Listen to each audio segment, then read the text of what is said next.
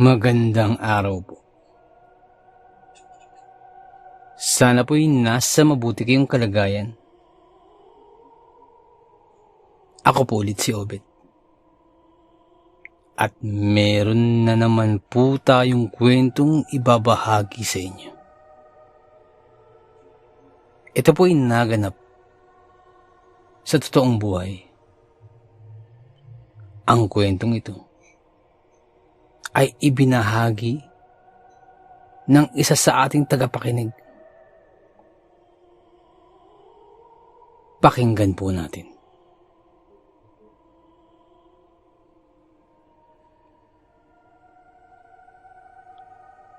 Sa gabi, kung lumabas ng bahay si Samuel, mangyari ay wala siyang anino.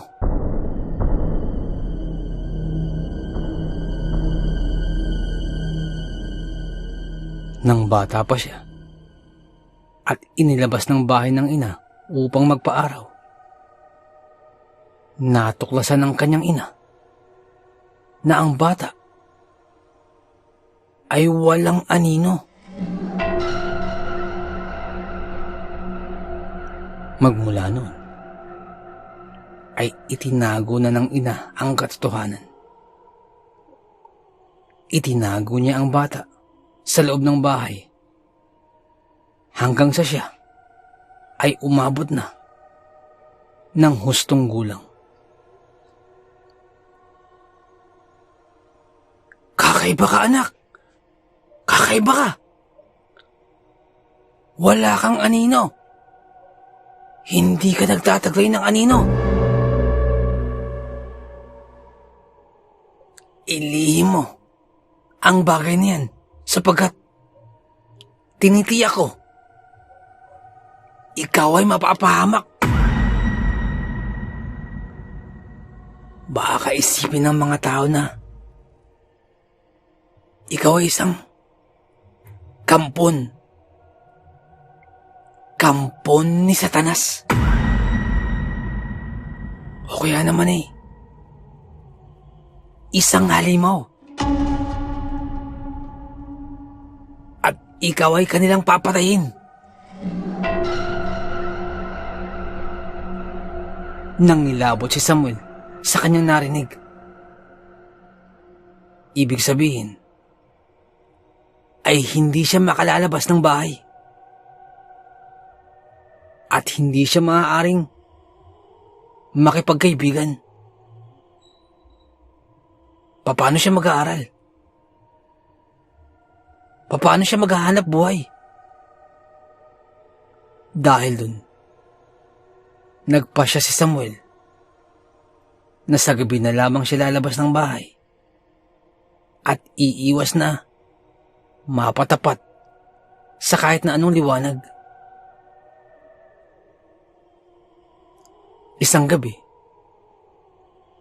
pinuntahan ni Samuel si Tandang Purong, ang albularyo sa kanilang lugar. Sinabihan niya si Samuel, ayon sa pagkakaalam ko,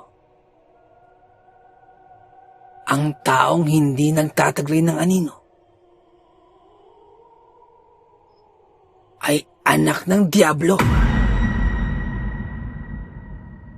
Sa iyong kaso, na sana naman ay hindi totoo.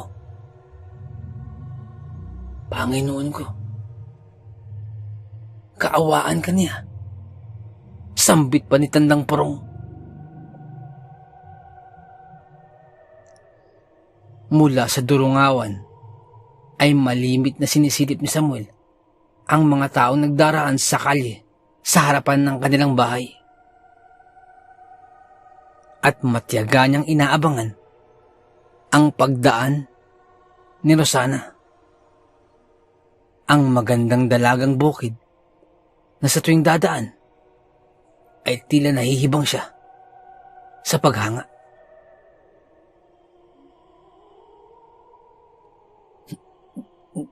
Kailangan kong makausap si Rosana. Kailangang malaman niya ang damdaming nakakulong sa aking puso.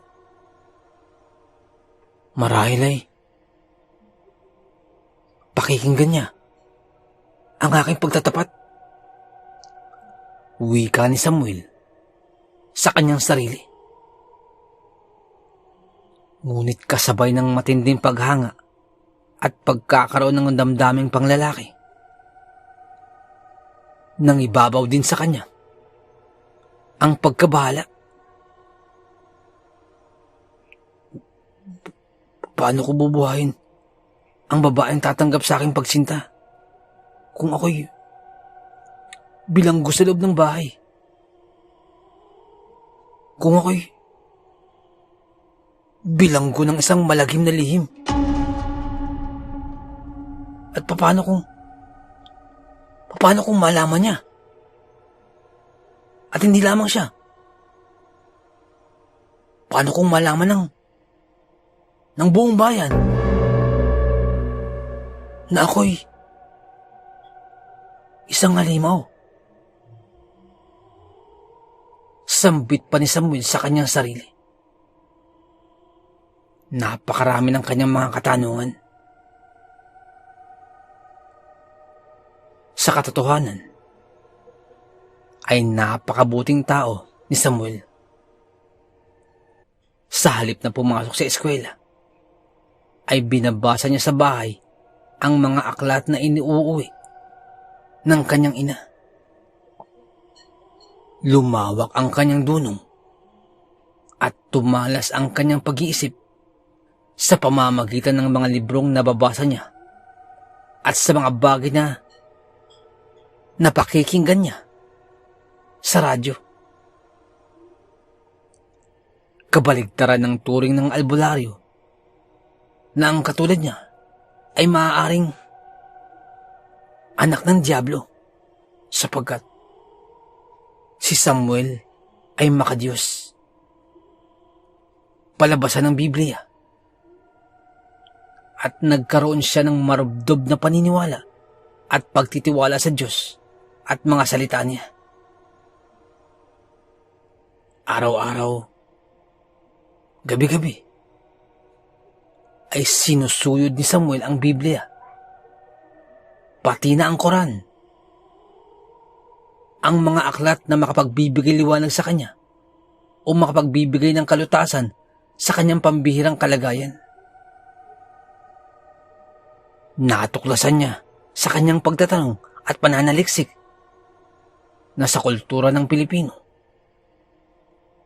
ang taong walang anino ay taong walang karangalan. Taong walang nagawang mahalaga para sa kapwa. Mula sa Biblia at Quran ay napag-alaman din niya na ang demonyo ay sa kadiliman kumikilos, at nang hindi makita o mahalata ang kanyang mga masasamang gawain at hangarin, kung kaya't ang demonyo ay walang anino. Ayon sa pagsasaliksik ni Samuel, ayon sa Biblia, ang Panginoon ay may anino. Ang kanyang kamay ay may anino.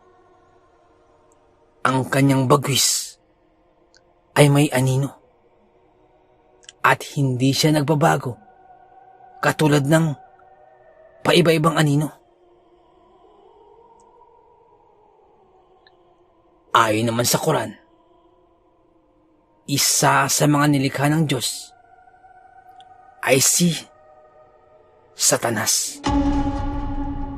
Makikita sa tao na ang pagiging makalupa ay nananaig, at kay Satanas na ang katangiang makaapoy ang nananaig. Ang pagkakaroon ng labis na init kapag hinukay ang libingan ng tao, ilang taong pagkamatay niya, makikita ang pagiging lupa at ang labi ng kalikasan ay nawala na. Si Satanas ay may pambihirang nag-aapoy na liwanag, kung kaya't wala siyang anino at hindi maaaring makita sa pamamagitan ng mata. Nakatala sa Quran.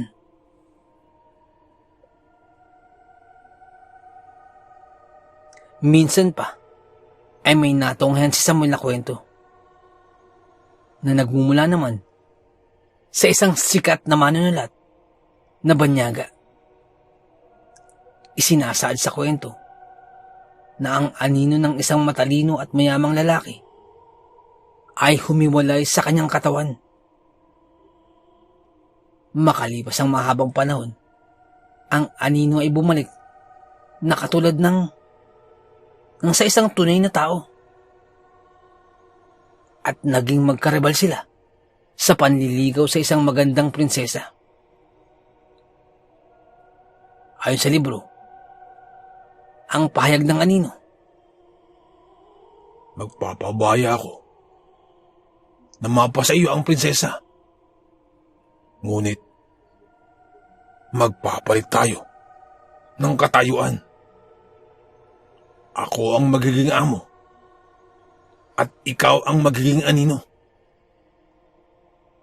Nakasaad sa kwento. Sa kabila ng kanyang mga nababasa, ay patuloy pa sa pagsasaliksik si Samuel tungkol sa kanyang kalagayan.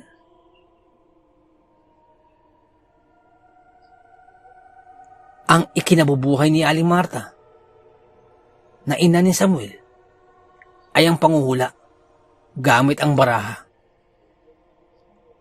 Kung si Aling Marta ay sadyang may galing sa panguhula o nagpapanggap lamang, ay hindi malinaw.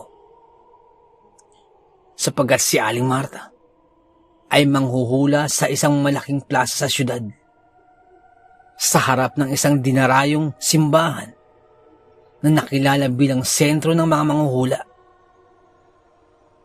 Doon ay nagbibigay ng hula at payo si Aling Marta, nakabilang sa malaking pangkat ng mga manghuhula na gumagamit ng mga baraha o di kaya ay bolang kristal.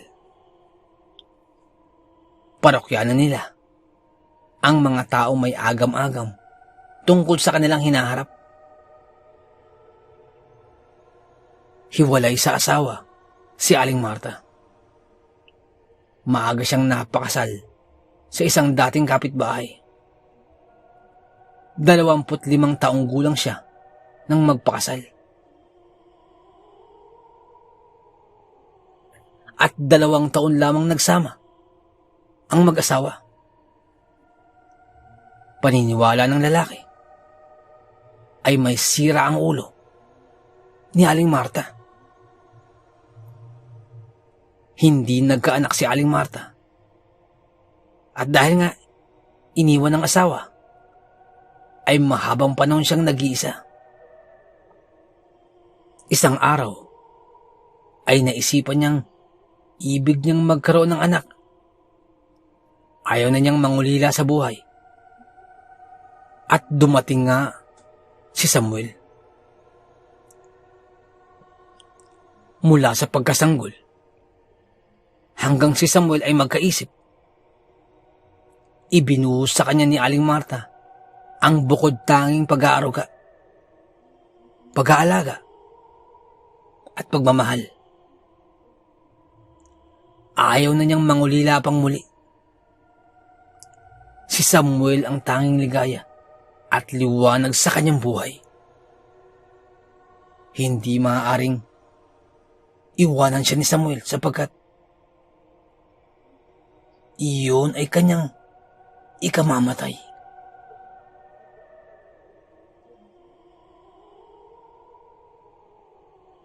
Isang araw, may natagpuan ang mga naglalakad sa kalye na isang katawan. Sa may gilid ng kalye na may makapal na tubo ng damo, doon ay natagpuan nila ang isang babaeng wala ng buhay. At sa hinuha nila, ay hinalay muna ito bago pinatay. At saka inihulog ang katawan kung saan hindi madaling matatagpuan. Ang kinatagpuan ng katawan ay doon sa bahagi ng bayan na kung saan naninirahan si Samuel. Nag-imbestiga ang mga pulis. Ibig nilang madakip ang taong humalay at pumatay sa nasabing babae. At nais itong madakip ng pulisya sa lalong madaling panahon. Nabatid ng mga pulis matapos na pag-aralan ng bangkay at magtanong-tanong sa mga taong nakakakilala sa biktima na ang nasawing babae ay nagngangalang Rosana. Walang iba kung hindi ang dalagang malimit dumaan sa harapan ng bahay ni Samuel at siya rin ang babaeng pinagtutunan ni Samuel ng isang lihim na pag-ibig. Sinuyod ng mga pulis ang paligid ng nasabing bahagi ng bayan at inalam nila kung sino-sino ang mga lalaking maaaring may kinalaman sa pagpaslang kay Rosana. Isa si Samuel sa mga lumilitaw na nakakakilala kay Rosana. Isa sa mga binata sa bayan na marahil ay nagkaroon ng kaugnayan kay Rosana. At napag-alaman ito ng mga pulis sa pagtatanong-tanong sa mga taga roon. Nalaman ng mga pulis na si Samuel ay isang taong mahiwaga sapagkat palagi siyang nakakulong sa bahay at sa gabi lamang kung lumabas.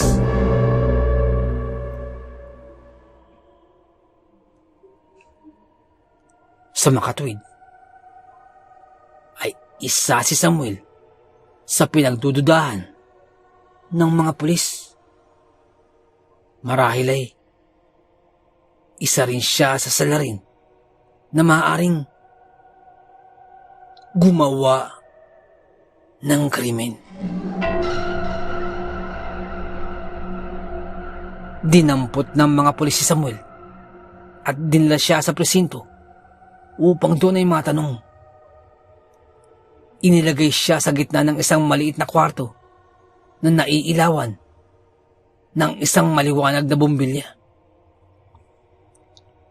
Pinaupo siya sa isang silya na nasa gitna ng silid at sa kanyang harapan, sa kabilang dako ng mesa, ay umupo naman ang isang investigador. Nasaan ka? Mga bandang 1:30 ng Biyernes. 28 ng Mayo. Bungad ka agad ng investigador. Nasa labas po ako ng bahay. Nasa labas lamang po ako. Sagot ni Samuel. Hindi ba? Ang ganong oras oras na ng pagtulog. Bakit nasa labas ka ng bahay? Anong ginagawa mo sa labas ng bahay? Dugtong ng investigador. Marami ang ibinatong tanong kay Samuel. At kahit na nasasagot niya ang mga katanungan na walang pag-aatubili sapagkat wala naman siyang kasalanan, ay pinagpapawisan pa rin siya dahil sa matinding nerbiyos at ganoon din sa alinsangan sa loob ng silid. Mainit din ang liwanag na nanggagaling sa malaking bumbilya na nakatapat sa kanyang ulo at balikat. Paano niya ipaliliwanag sa mga pulis na bihira siyang lumabas ng bahay kung kaya't hindi siya dapat pagsuspetsahan na siya ang pumaslang kay Rosana. Ngunit, papaano niya ipaliliwanag na siya ay sa gabi lamang lumalabas ng bahay upang makapaghanap buhay at mabili ang mga pangangailangan niya sa araw-araw? Sa gabi lamang. Sa gabi lang. Sapagkat iniiwasan niyang masilayan siya ng liwanag sapagkat siya ay taong walang anino. Paano niya sasabihin sa mga pulis na siya ay hindi nagtataglay ng anino? Kapag nalaman ng mga pulis na siya ay walang anino, ay tiyak na ididiin na siya bilang mamamatay tao. Sapagkat ang taong walang anino ay sira ang ulo o di kaya ay kampo ng demonyo, isang halimaw.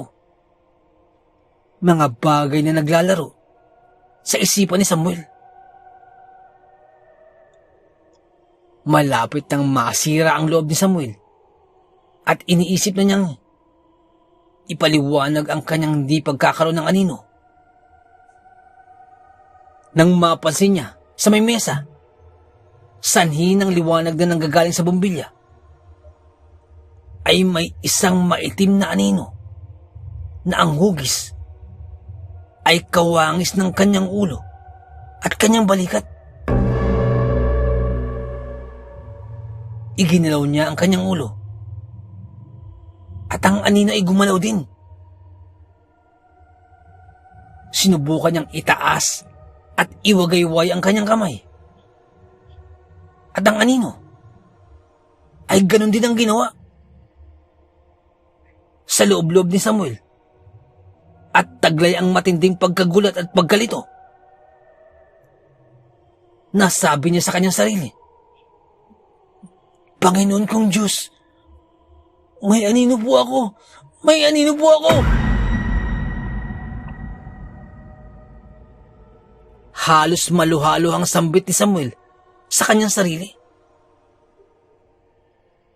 Matapos ang pagsisiyasat sa kanya, ay pinauwi si Samuel ng mga pulis.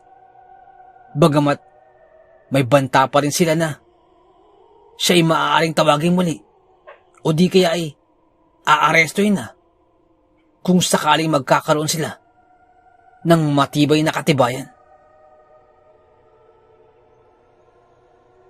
Umuwi si Samuel na ang kanyang damdamin ay nababalot ng magkahalong katuwaan at pagkagalit. Natutuwa siya sapagkat siya pala ay may anino. Ngunit nagagalit din siya sapagkat pinaniwala siya ng kanyang ina na siya ay walang anino. Kahit na iyon ay isang malaking kasinungalingan.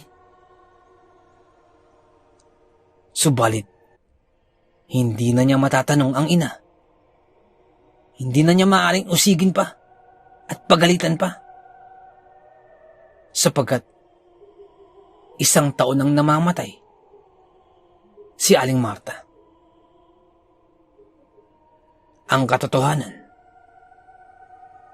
ay naging masamang tao si Aling Marta.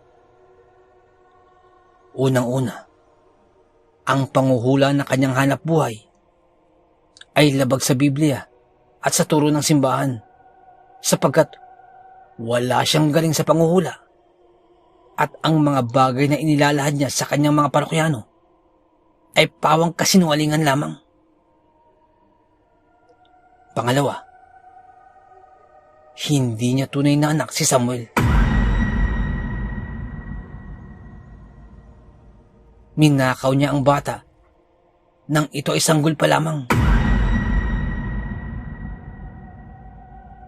May isang ina na napabayaan ng sanggol sumandali habang nagpapahula sa plaza ng mga manghuhula.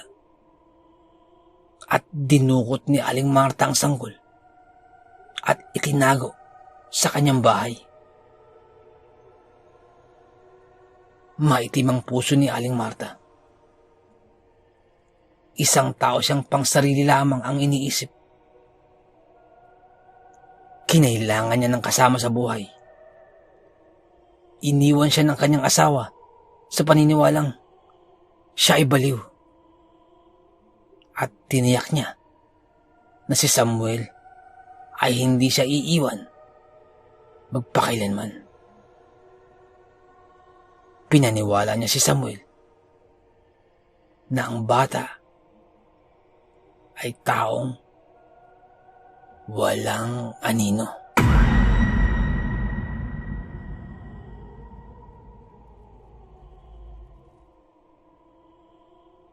Napakahiwaga ng ating mundong ginagalawan. Napakaraming bagay ang mahirap ipaliwanag. Pero, nagaganap.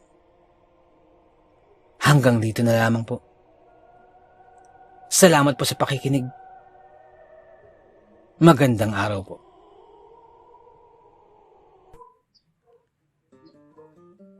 Nais ko lamang pong magpasalamat sa lahat po ng sumusuporta sa ating channel. Sa lahat po ng ating mga subscribers, mga listeners, at mga silent listeners po natin, maraming salamat po. Ganun din po sa ating mga OFW listeners mula po sa iba't ibang bahagi po ng mundo. Maraming salamat. Ganun din po sa mga silent listeners po natin at sa mga listeners po natin mula po sa iba't ibang kapuluan po ng Pilipinas. Maraming salamat po. Sa mga nagpapadala po ng kwento, sobrang salamat po. Sobrang laking pasasalamat po. Nais ko lamang pong i-shout out ang Samahang Maralita. Maraming salamat po sa pakikinig. Shoutout din po kay Ma'am Dalisay. Shoutout po sa inyo, ma'am. Shoutout din po sa Barangay 185 kay Kapitan Ato Oliva. Shoutout din po kay Ma'am Myra de la Cruz. At sa buong kagawad ng Barangay 185. At kay Konsihala Ma'am Tess Heralde. Shoutout po sa inyo. Maraming salamat po. Nais ko lamang pong i-shoutout si Ma'am Helen Casamayor. Ma'am, maraming salamat po. Isa po sa masugid natin tagapakinig po mula pa po nung nasa Saudi pa po siya. Maraming salamat po, Ma'am Helen Casamayor. Isa po sa ating mga silent listeners. Sobrang salamat po. Sana po, ingat po kayo dyan palagi. Maraming salamat po. Shoutout din po kay Sir Myong. Boss, maraming salamat sa pagbisita sa ating channel. Maraming salamat. Kay Sir Myong Herminio Viterbo, shoutout po sa iyo. Ingat po palagi. And also, belated happy birthday po kay Ma'am Annie Apruebo. Belated happy birthday po. More birthdays to come. More blessings and good health. Shoutout po sa inyo. Maraming salamat po. Nais ko lamang pong i-shoutout si Ma'am Mary Asilar dyan po sa may UK. Shoutout din po kay Ma'am Annie Apruebo, kay Ma'am Annie Viloria, at kay Boss Baby Langka. Shoutout po. Maraming salamat po. Shoutout din po kay Ma'am Janet Verga dyan po sa may Qatar. Shoutout po. Kay Ma'am Liza Arcega. Shoutout po. Shoutout din po sa Manhattan Hamburger dyan po sa may Bukandala 3, Imus Cavite. Shoutout po sa inyo. Ganun din po kay Boss Fernando Marcos. Shoutout po. Shoutout din po kay Ma'am Christy Harm dyan po sa may Hamburg, Germany. Shoutout po. Ganun din po kay Tata Estong Nestor Bauyon dyan po sa may London, England. Shoutout po. Kay Boss Jing Fensalida, isa po sa ating mga silent listeners. Maraming salamat po. At kay Boss Bobby Gonzales at sa Gonzales family. Shoutout po. Maraming salamat po, boss. Ganun din po kay Boss Camelo Aroy, shoutout po. Kay Boss Malvin Esquera, boss, shoutout po. Kay Boss Miguel Doris Kibel, shoutout po. Kay Ma'am Imelda Pascua. Kay Ma'am Elizabeth Arnaiz, shoutout po. Kay Ma'am Rosie De Mesa, shoutout po. Kay Boss Haz dyan po sa may Saudi, shoutout po.